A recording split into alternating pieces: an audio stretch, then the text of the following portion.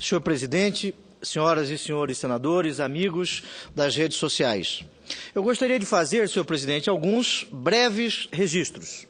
O primeiro é para lembrar a todos os brasileiros que na semana passada, no dia 22 de maio de 2013, entrou em vigor uma lei muito importante para os direitos dos cidadãos na esfera da saúde.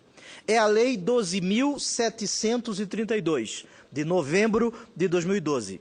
Esta lei garante que o SUS, a saúde pública do Brasil, trate, por óbvio, de forma gratuita, todos os pacientes com neoplasia maligna, ou seja, com câncer. O primeiro tratamento da pessoa acometida dessa enfermidade, tratamento mesmo, seja cirúrgico, quimioterápico ou radioterápico, tem de ser concedido no máximo em 60 dias, 2 meses, contados a partir do primeiro diagnóstico médico da condição do paciente. Em 60 dias, o tratamento tem que ser feito. Isso é uma imensa vitória do povo brasileiro. O tratamento precoce do câncer é a chave para diminuir as sequelas e o sofrimento do paciente. E também para melhorar muito as chances de recuperação, reduzindo também o custo para o Sistema Único de Saúde. É uma conquista tão importante, senhor presidente, que no dia 22 passado foi promovido pelo Ministério Público Federal e pelos órgãos federais de saúde um dia de mobilização nacional pela efetivação desse direito ao início do tratamento do câncer no SUS. Tivemos uma audiência pública na Procuradoria-Geral da República, outra audiência na Comissão de Assuntos Sociais desta Casa, tudo na semana passada. E vários atos no país inteiro. Vemos os gestores da saúde pública e os órgãos de controle unidos em busca de garantir esse direito para o povo brasileiro. Divulgar esse direito, senhor presidente, essa mobilização é um grato dever para mim. Quero que todo brasileiro, todo mato-grossense saiba que já pode contar com o amparo da saúde pública em condições dignas para esses momentos de grande infortúnio. Não é possível, senhor presidente, que a Constituição da República, há 25 anos, promulgada, vai atingir agora, no mês de outubro, nós tenhamos ela como uma mera folha de papel. A Constituição não é uma folha de papel. A Constituição é uma norma jurídica super imperativa, com imperatividade reforçada. Ela precisa ser atendida, ela precisa ser obedecida. Depois de 25 anos, é que nós temos este direito social concretizado. Eu sei, senhor presidente, que o homem, ele muda a lei. Mas a lei dificilmente muda o homem. Mas esta lei é muito importante para que aquele cidadão mais simples, aquele cidadão mais pobre, na acepção jurídica do termo, ele possa ter um atendimento digno, notadamente neste tipo de mal, em que a demora no tratamento pode significar o caminho da vida ou o caminho da morte. O segundo ponto que eu gostaria de levantar é relativo a outro serviço público, neste caso, o de telecomunicações. Tenho recebido, senhor presidente, de inúmeros cidadãos do estado de Mato Grosso, reclamações acerca da precariedade ou simplesmente ausência de sinal de telefonia celular em seus municípios. Para nós, mato-grossenses, que vivemos nas fronteiras da Amazônia Legal, no Pantanal, na região do Araguaia e no Cerrado, a ligação por telefone é hoje um recurso essencial, até para a sua própria sobrevivência. Mas eu lembro aos que nos ouvem que os serviços de telefonia celular são concedidos às diferentes empresas operadoras em troca de um compromisso de universalizar o acesso. Elas assinam um contrato. Neste contrato, assumem um compromisso de buscar esta universalização do acesso. Nós, parlamentares, temos que contribuir também para proteger o consumidor, fiscalizando o cumprimento desses compromissos assumidos pelas empresas com o poder público. Infelizmente, as agências reguladoras, senador Cícero, as agências reguladoras hoje têm desvirtuado totalmente a sua razão de existir. As agências reguladoras, elas foram criadas com o objetivo de desburocratizar o sistema, retirar a burocracia na regulamentação e na fiscalização. No entanto, infelizmente, as agências reguladoras hoje, com raríssimas exceções, não passam de cabide de emprego para aqueles apaniguados. Estão aparelhando as agências reguladoras, sem falar que muitas vezes colocam a raposa para tomar conta do galinheiro, o lobo para tomar conta da ovelha, numa verdadeira simbiose entre aquele que deve controlar e aquele que deve ser controlado. Por exemplo, eu mesmo já tive ocasião de auxiliar vários municípios do estado de Mato Grosso a conseguir a regularização do fornecimento de energia elétrica, apenas por meio de uma ação de fiscalização sobre o contrato de concessão de energia.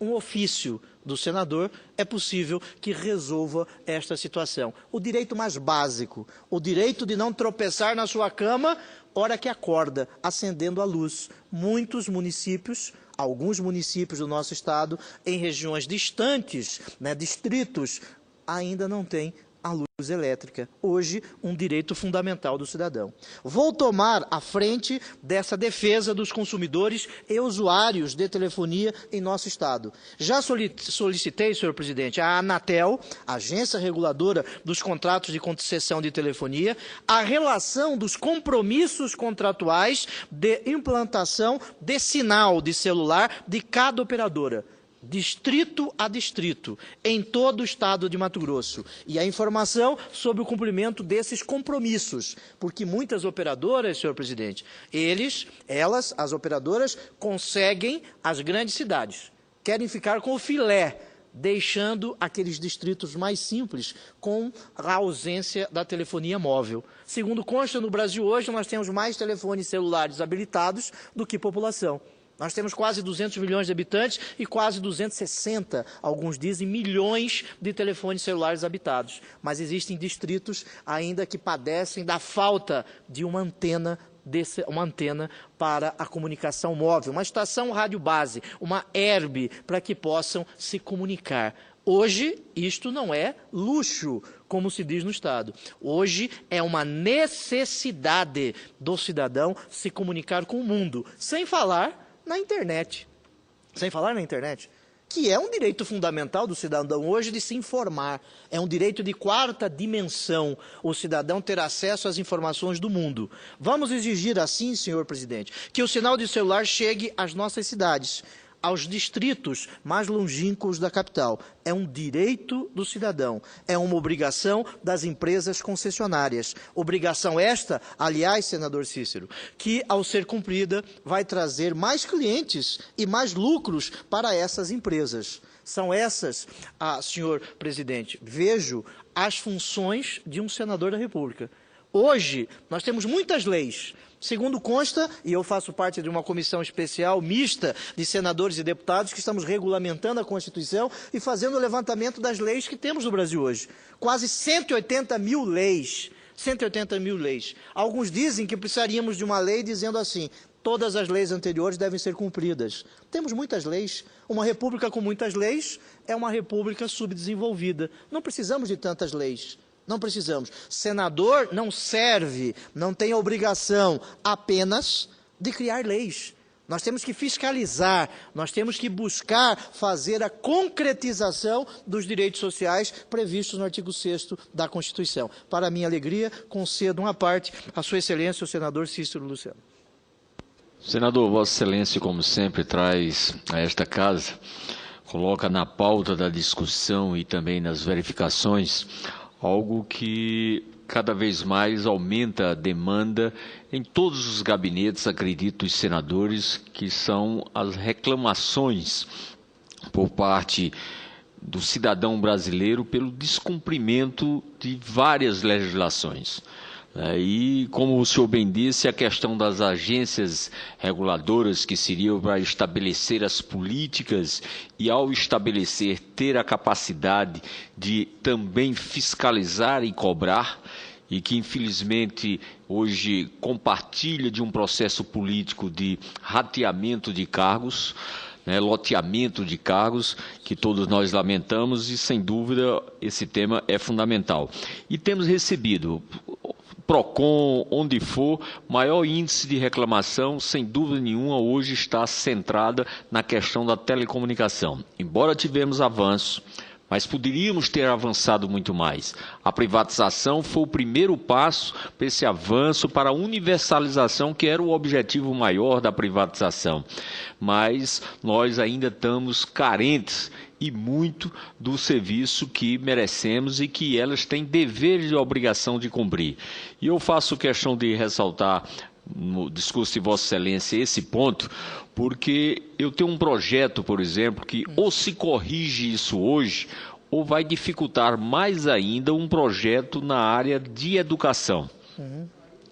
A Coreia, por exemplo, senador, estabeleceu que até 2015 o tablet, ou semelhante, a ferramenta, o tablet, será instrumento fundamental das escolas daquele país. O país que já nos ensinou e acabou com o analfabetismo numa meta estabelecida de 10 anos, eu compreendo que no Brasil ou nós estabelecemos metas ou vamos estar sempre adiando e arrumando justificativa para não se atingir os objetivos.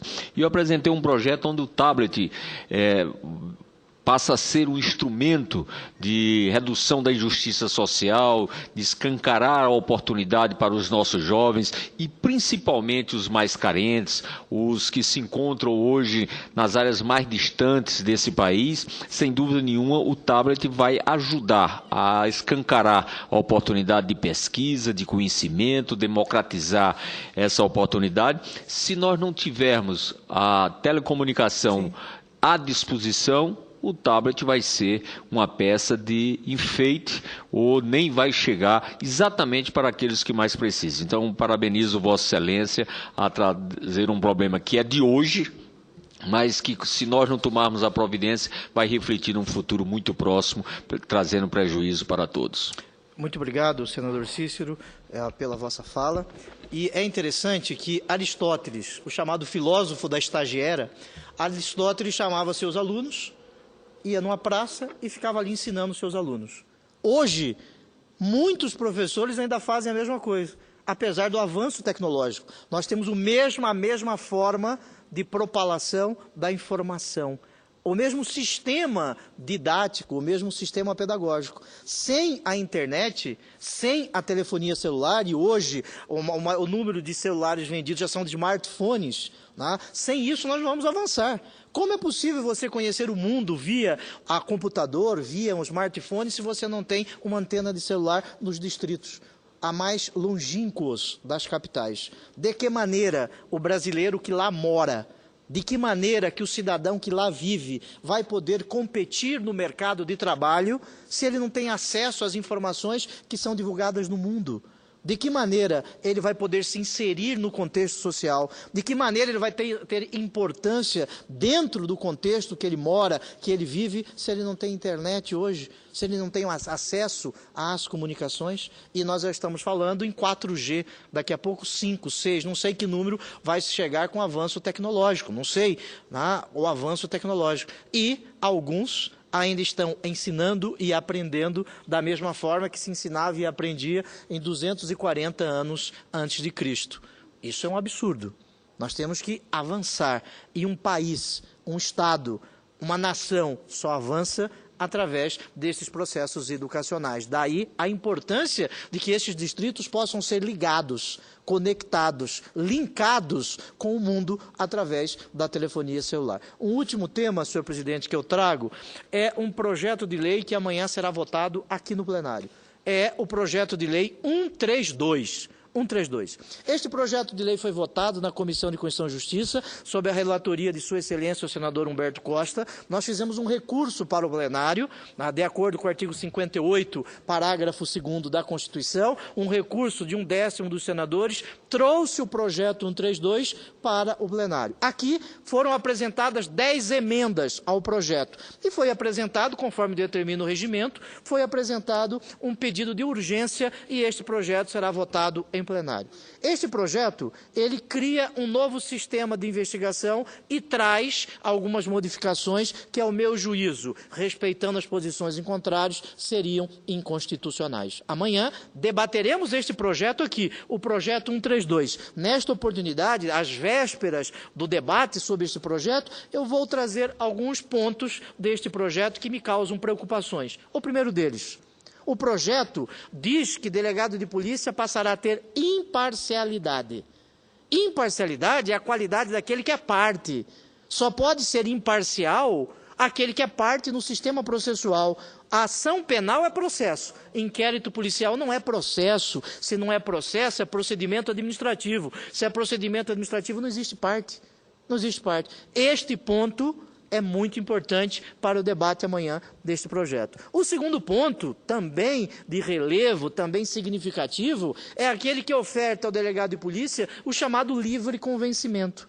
Livre convencimento significa que a autoridade policial poderá deixar de atender a requisição do Ministério Público? Se sim, a previsão é inconstitucional, porque o artigo 129, inciso 8 da Constituição, afirma que o delegado de polícia deve atender às requisições do Ministério Público.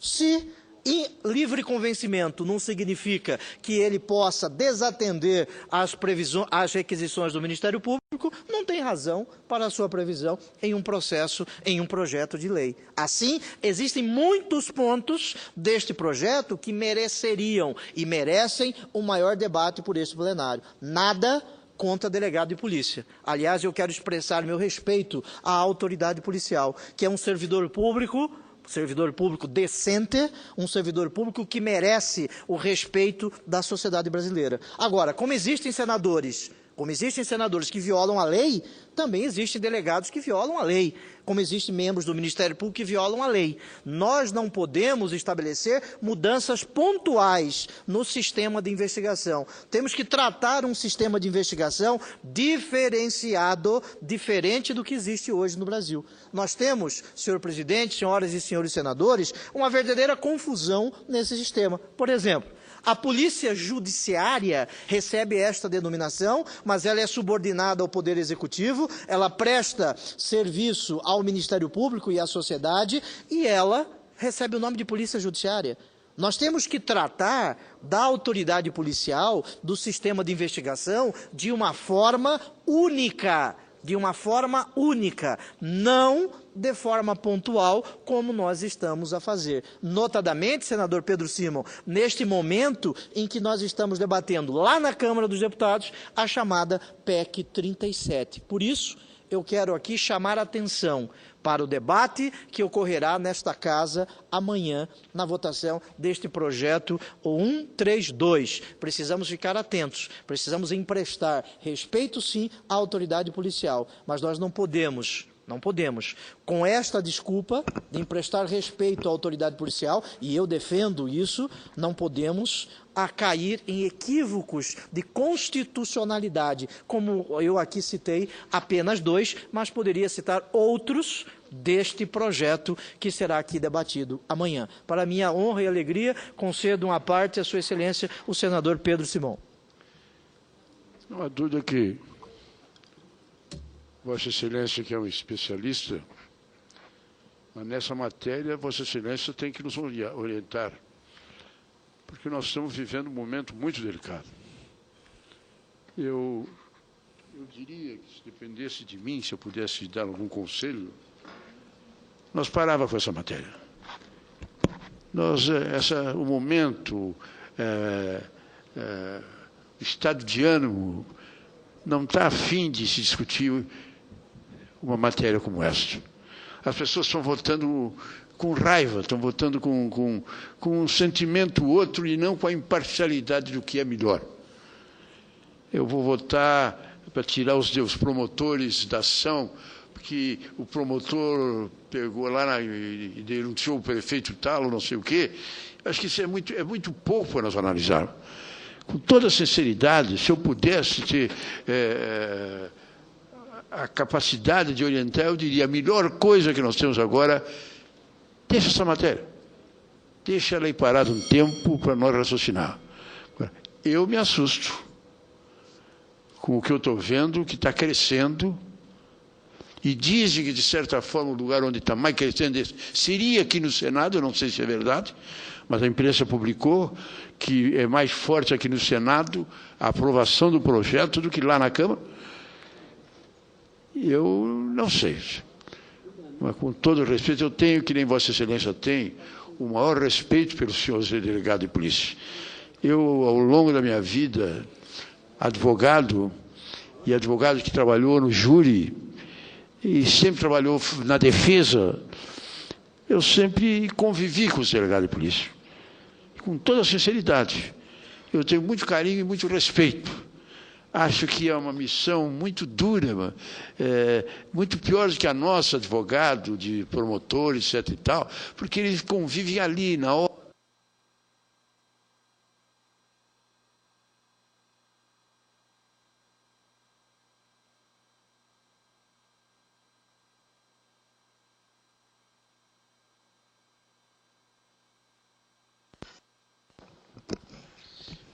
A fazer como eles estão imaginando, de tirar o promotor do processo, ficar apenas à disposição do delegado, sinceramente, eu acho que...